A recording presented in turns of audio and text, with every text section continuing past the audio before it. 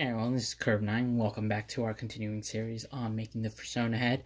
So, last time we went ahead and made the basic frame of the hair. We filled in them, we made into place, and today we're going to be adding a little bit more detail into it so that it looks just a little bit better. So I left this part here. This is what we use to connect the tops to the bottom of the middle piece.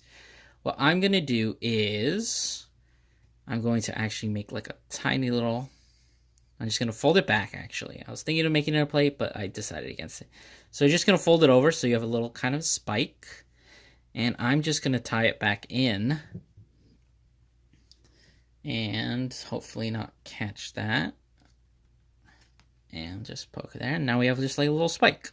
So I'm just going to go ahead and add some more spikes. Just so that it's not so flat looking.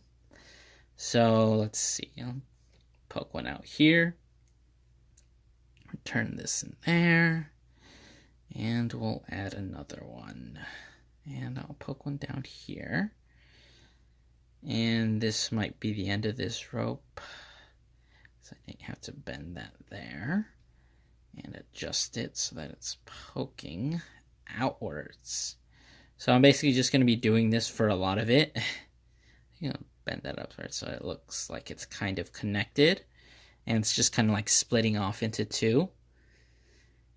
So basically, when you're adding detail, instead of just like keeping it flat, what you're basically doing is you're just adding a whole bunch of just like stray hair, so that doesn't look so perfect, because obviously you want it to kind of look natural, I guess, so that as if it it's just like flailing around, and it's not like completely combed and pristine and perfect.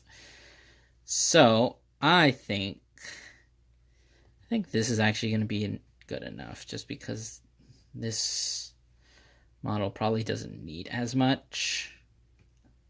Basically what you're doing for the hair is you want the basic shape. I usually just follow like any digital drawings or any drawings I can find. How they draw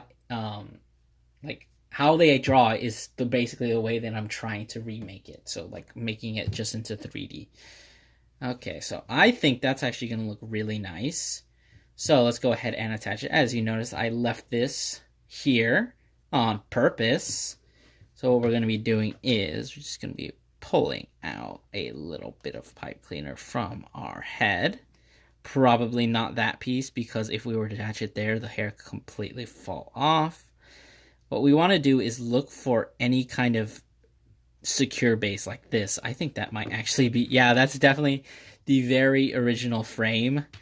Somehow I get the feeling that that's going to be really secure, especially since it's buried completely under, oh, I'm using the wrong one. Buried under everything.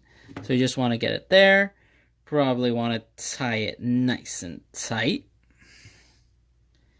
So I'm going to, if it wants to come out, I can see it in there, but I can't quite get it. That's what tweezers are for. There we go. I got it. You see? There we go. Just want it nice and tight. Now, of course, you don't just want one connection on the very back, because then you get this problem. So I'm going to use the rest of this. I'm going to bring it back over here. Make a little tie right about here, because that's where I want it to connect to the other part of the head. At the very top, again, I'm just going to pull out some loop, make sure that it's not actually like free flowing, and then I'm just gonna pull it through there nice and tight, adjust things a little bit, and just tie it on. That should really be good enough. And I can even use the rest of this to just like make another little point, and it'll be like nice and secure too. Yeah. That's probably not going to come off unless you try to rip it off. And there we go. We're almost done. We've got this, the basic entire head. I think there are only like 2 more steps, which is going to be like some touch-ups, which we'll do in the next part, and then just like adding in the last bit details. Anyways, that's going to be it for me for today, and I will see you guys in the next part.